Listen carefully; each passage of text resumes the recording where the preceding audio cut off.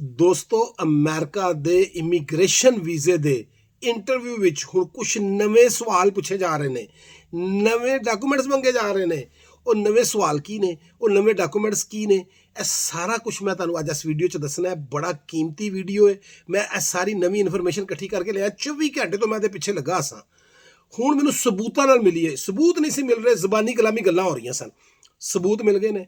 ਹੁਣ ਮੈਂ ਤੁਹਾਨੂੰ ਇਸ ਵੀਡੀਓ 'ਚ ਸਾਰਾ ਗੱਲ ਦੱਸਾਂਗਾ। ਪਲੀਜ਼ ਚੈਨਲ ਨੂੰ ਕਰ ਲਓ ਫਾਲੋ। ਮੇਰਾ ਪੰਜਾਬੀ ਚੈਨਲ 'ਚ ਮੈਂ ਸਿਰਫ ਪੰਜਾਬੀ ਵੀਡੀਓ ਬਣਾਉਣਾ। ਉਰਦੂ ਹਿੰਦੀ ਵਾਲੇ ਦੂਜੇ ਬੋਬੀ ਅਮਰੀਕਾ ਵਾਲੇ ਤੇ ਜਾਣ ਤੇ ਆਨੇ ਆਪਣੇ ਮੌਜੂ ਵੱਲ। ਪਹਿਲੇ ਮੈਂ ਤੁਹਾਨੂੰ ਦੱਸ ਚੁੱਕਿਆ ਵਾਂ ਕਿ ਹੁਣ ਐਕਸਟਰਾ ਵੈਟਿੰਗ ਹੋਣੀ ਹੈ। ਉਹਦੇ 'ਚ ਮੈਂ ਸਭ ਤੋਂ ਪਹਿਲੇ ਤੁਹਾਨੂੰ ਦੱਸਣਾ ਵਾ ਕਿ ਉਹ ਹੈਲਥ ਦੇ ਮੁਤਲਕ ਕੀ ਹੋ ਰਿਹਾ। ਕਿ ਤੁਹਾਨੂੰ ਮੈਂ ਦੱਸਿਆ ਸੀ ਨਾ ਕੁਝ ਮਹੀਨੇ ਪਹਿਲੇ ਕਿ ਅਗਰ ਤੁਹਾਡੀ ਹੈਲਥ ਸਹੀ ਨਹੀਂ ਹੈਗੀ ਤੇ ਤੁਹਾਡਾ ਵੀਜ਼ਾ ਰਿਫਿਊਜ਼ ਹੋਏਗਾ ਜਾਂ ਤੁਹਾਡੇ ਕੋਲ ਮਜ਼ੀਦ ਸ਼ੋਰਟੀਆਂ ਮੰਗੀਆਂ ਜਾਣਗੀਆਂ। ਤੇ ਹੁਣ ਮੇਰੀ ਉਸ ਸਾਹਿਬ ਨਾਲ ਗੱਲ ਹੋ ਗਈ ਹੈ ਜਿਨ੍ਹਾਂ ਦੇ ਨਾਲ ਇਹ ਕੇਸ ਹੋਇਆ। ਫੋਨ ਤੇ ਗੱਲ ਹੋਈ, ਉਹਨਾਂ ਨੇ ਮੈਨੂੰ ਪੇਪਰ ਵੀ ਭੇਜਤਾ।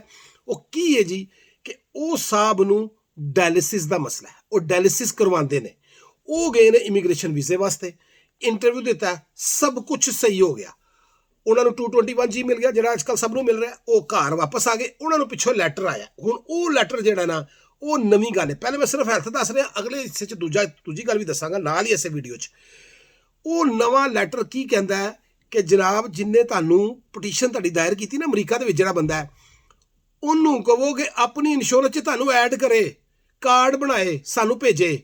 ਜਾਂ ਉਹ ਤੁਹਾਨੂੰ ਅਗਰ ਇੰਪਲੋਇਰ ਦੇ ਥਰੂ ਯਾਨੀ ਜਿੱਥੇ ਜੌਬ ਕਰਦਾ ਹੈ ਉਹਦੇ ਕੋਲ ਉਹਨੇ ਲਈ ਹੈ ਇੰਸ਼ੋਰੈਂਸ ਤੇ ਉਹਦੇ 'ਚ ਐਡ ਕਰਕੇ ਸਾਨੂੰ ਇੰਪਲੋਇਰ ਦਾ ਲੈਟਰ ਭੇਜੇ ਕਿ ਹਾਂਜੀ ਇਹਦੇ ਵਾਲਦ ਸਾਹਿਬ ਨੂੰ, ਇਹਦੀ ਅੰਮੀ ਨੂੰ ਅਸੀਂ ਕਰ ਲਿਆ ਐਡ ਵਿੱਚ, ਇਹ ਸਾਨੂੰ ਲੈਟਰ ਚਾਹੀਦਾ। ਹੁਣ ਕੀ ਮਸਲਾ ਇੱਕ ਨਾਲ ਮਗਰ ਇੱਕ ਬੜਾ ਵੱਡਾ ਮਸਲਾ ਹੈ। ਹਰ ਪਟੀਸ਼ਨਰ ਤੇ ਇਹ ਕੰਮ ਨਹੀਂ ਕਰ ਸਕਦਾ। ਪਟੀਸ਼ਨਰ ਕਈ ਵਿਚਾਰੇ ਮੇਰੇ ਵਰਗੇ ਬੋਬੀ ਵੀ ਹੁੰਦੇ ਨੇ, ਉਹ ਕਿੱਥੋਂ ਕਰਨ ਜੀ ਐਡ। ਹੁਣ ਉਹਦੇ ਵਾਸਤੇ ਉਹਨਾਂ ਨੇ ਫਿਰ ਅਗਲਾ ਹੱਲ ਵੀ ਦੇ ਦਿੱਤਾ। ਉਹਨਾਂ ਕਿਹਾ ਜਾਂ ਉਹਨਾਂ ਨੇ ਵੈਬਸਾਈਟ ਦਿੱਤੀ ਗੌਰਮੈਂਟ ਦੀ।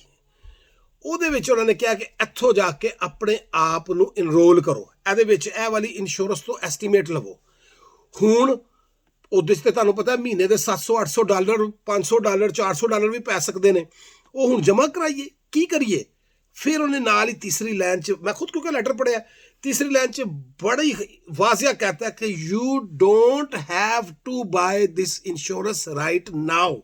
यानी कि इस टाइम तुसी ਇਹ ਇੰਸ਼ੋਰੈਂਸ ਨਹੀਂ ਖਰੀਦਣੀ। ਸਿਰਫ ਆਪਣੀ ਇੰਸ਼ੋਰੈਂਸ, ਉਸ ਇੰਸ਼ੋਰੈਂਸ ਦਾ ਨਾਂ, ਪਲਾਨ ਦਾ ਨਾਂ, ਸਾਰਾ ਕੁਝ ਸਾਨੂੰ ਭੇਜੋ ਕਿ ਇਹ ਐਸਟੀਮੇਟ ਅਸੀਂ ਆ ਗਿਆ, ਇੰਨੀ ਇੰਸ਼ੋਰੈਂਸ ਹੋਏਗੀ, ਇਹ ਹੈਲਥ ਹੋਏਗਾ, ਇੰਨੀ ਸਾਨੂੰ ਪ੍ਰੀਮੀਅਮ ਦੇਣਾ ਪਏਗਾ।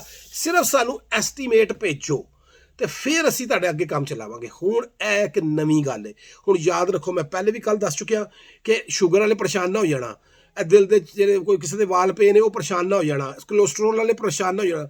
ਇਹ ਵੱਡੀਆਂ ਬਿਮਾਰੀਆਂ ਦੀ ਗੱਲ ਹੋ ਰਹੀ ਹੈ। ਹਾਂ, ਦਿਲ ਦਾ ਵੱਡਾ ਮਸਲਾ ਹੈ ਤੇ ਮਸਲਾ ਤੁਹਾਡੇ ਕੋਲ ਹੋ ਸਕਦਾ ਹੈ। ਅਗਰ ਤੁਹਾਡਾ ਸ਼ੂਗਰ ਦੀ ਵਜ੍ਹਾ ਨਾਲ ਕੋਈ ਵੱਡਾ ਮਸਲਾ ਹੈ, ਕੋਈ ਡਿਸੇਬਿਲਿਟੀ ਹੈ, ਕੋਈ ਮੈਂਟਲ ਡਿਸੇਬਿਲਿਟੀ ਹੈ, ਇਹ ਸਾਰੀਆਂ ਚੀਜ਼ਾਂ ਦੇ ਵਿੱਚ ਇਹ ਡਿਮਾਂਡ ਕੀਤੀ ਜਾ ਸਕਦੀ ਹੈ। ਲੇਕਿਨ ਇੱਕ ਬਿਲਕੁਲ ਨਵੀਂ ਚੀਜ਼ ਹੈ। ਅਗਰ ਪਹਿਲੇ ਕਿਸੇ ਨਾਲ ਹੋ ਚੁੱਕੀ ਹੈ ਪਲੀਜ਼ ਕਮੈਂਟ 'ਚ ਦੱਸ ਦਿਓ। ਇਹ ਸਾਹਿਬ ਨੇ ਮੈਨੂੰ ਸਪੈਸ਼ਲ ਫੋਨ ਕੀਤਾ, ਤੁਹਾਡੇ ਸਾਰਿਆਂ ਨੂੰ ਮੈਂ ਉਹਦਾ ਸ਼ੁਕਰੀਆ ਅਦਾ ਕਰਤਾ। ਫਿਰ ਉਹਨਾਂ ਨੇ ਲੈਟਰ ਵੀ ਭੇਜਿਆ। ਬੜੇ ਬੜੇ ਅੱਛੇ ਲੋਕ ਨੇ ਦੁਨੀਆ ਦੇ ਵਿੱਚ। ਤੁਸੀਂ ਵੀ ਸਾਰੇ ਬਹੁਤ ਅੱਛੇ ਹੋ। ਤੁਸੀਂ ਮੈਨੂੰ ਇਨਫੋਰਮੇਸ਼ਨ ਦਿੰਦੇ ਹੋ ਤੇ ਮੈਂ ਤੁਹਾਨੂੰ ਅੱਗੋਂ ਸਾਰੇ ਲੋਕਾਂ ਦਾ ਫਾਇਦਾ ਕਰਨਾ ਨਾ। ਤੇ ਜਿਹਦੇ ਕੋਲ ਵੀ ਕੋਈ ਵੀ ਇਨਫੋਰਮੇਸ਼ਨ ਹੋਏ ਪਲੀਜ਼ ਥੱਲੇ ਕਮੈਂਟ ਕਰ ਦਿਓ। ਆਇਓ ਹੁਣ ਦੂਜੇ ਪੁਆਇੰਟ ਤੇ ਜਿਹੜਾ ਬਹੁਤ ਹੀ ਇੰਪੋਰਟੈਂਟ ਹੈ, ਜਿਹੜਾ ਬਿਮਾਰਾਂ ਵਾਸਤੇ ਨਹੀਂ ਜੇਗਾ, ਉਹ ਸਾਰਿਆਂ ਵਾਸਤੇ ਹੈਗਾ ਜੀ। ਉਹ ਕੀ ਹੈ? ਉਹ ਕੱਲ ਵੀ ਮੇਰੇ ਕੋਲ ਕਿਧਰੋਂ ਖਬਰ ਆਈ ਸੀ ਲੇਕਿਨ ਡਾਇਰੈਕਟ ਬੰਦੇ ਨਾਲ ਗੱਲ ਨਹੀਂ ਸੀ ਹੋਈ, ਇਸ ਵਾਸਤੇ ਮੈਂ ਵੀਡੀਓ ਨਹੀਂ ਬਣਾਇਆ। ਅੱਜ ਇਹਨਾਂ ਨੇ ਮੈਨੂੰ ਦੱਸਿਆ, ਡਾਇਰੈਕਟ ਗੱਲ ਹੋਈ ਤੇ ਇਸ ਵਾਸਤੇ ਮੈਂ ਵੀਡੀਓ ਬਣਾ ਰਿਹਾ। ਉਹ ਕੀ ਹੈ ਜਨਾਬ ਕਿ ਆਪਣਾ ਅਮਰੀਕਾ ਜਾ ਕੇ ਪਲਾਨ ਤੇ ਦੱਸੋ ਕਰਨਾ ਕੀ ਜੇ, ਨੌਕਰੀ ਕੀ ਕਰਨੀ ਜੇ, ਕਾਰੋਬਾਰ ਕੀ ਕਰਨਾ ਜੇ। ਹੁਣ ਉਹ ਤੁਸੀਂ ਦੱਸਣਾ ਹੈ ਕਿ ਮੈਂ ਇਹ ਪੜ੍ਹਿਆ ਵਾ ਤੇ ਇਹ ਕਰਨਾ। ਜਿਵੇਂ ਇਹ ਸਾਹਿਬ ਨੇ ਕਿਹਾ ਜੀ ਮੈਂ ਇਹ ਕਾਰੋਬਾਰ ਕਰਨਾ ਤੇ ਇਹੋ ਹੀ ਕਾਰੋਬਾਰ ਮੈਂ ਜਾ ਕੇ ਅਮਰੀਕਾ ਕਰਨਾ। That's good.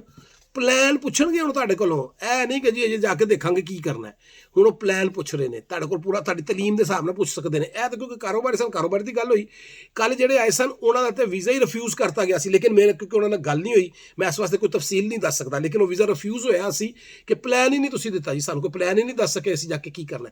ਇਸ ਵਾਸਤੇ ਸਵਾਲ ਦੇ ਵਿੱਚ ਪਲਾਨ ਹੈਗਾ। ਹੁਣ ਤੁਸੀਂ ਦੱਸਣਾ ਪਏਗਾ ਤੁਹਾਨੂੰ ਤੁਸੀਂ ਕੀ ਕਰਨਾ ਜਾ ਕੇ।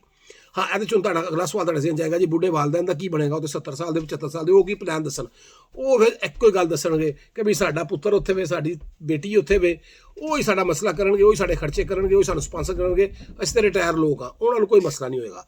ਲੇਕਿਨ ਜਿਹੜੇ ਯੰਗ ਫੈਮਲੀਆਂ ਆ ਰਹੀਆਂ ਨੇ ਉਹਨਾਂ ਨੂੰ ਪਲਾਨ ਵੀ ਦੱਸਣਾ ਪਏਗਾ। ਇਹ ਦੋ ਨਵੀਆਂ ਅਪਡੇਟ ਹੋਰ ਵੀ ਨੇ ਲੇਕਿਨ ਸਬੂਤ ਨਹੀਂ ਹੈਗੇ ਤੇ ਉਹ ਤੇ ਗੈਰ ਹੋ ਜਾਏਗੀ ਨਾ, ਆਪਣਾ ਕੀ ਕਹਿੰਦੇ ਨੇ ਉਹਨੂੰ, ਇਮਾਨਦਾਰੀ ਤਾਂ ਨਹੀਂ ਨਾ ਹੈਗੀ। ਫਿਰ ਉਹ ਤੇ ਬੇਈਮਾਨੀ ਚਾਹੀਏਗਾ ਕਿ ਮੈਂ ਸਿਰਫ ਇੱਧਰੋਂ ਉੱਧਰੋਂ ਸੁਣੀਆਂ ਸੁਣਾਈਆਂ ਗੱਲਾਂ ਤੁਹਾਨੂੰ ਸੁਣਾਉਣਾ ਸ਼ੁਰੂ ਕਰਦਾ।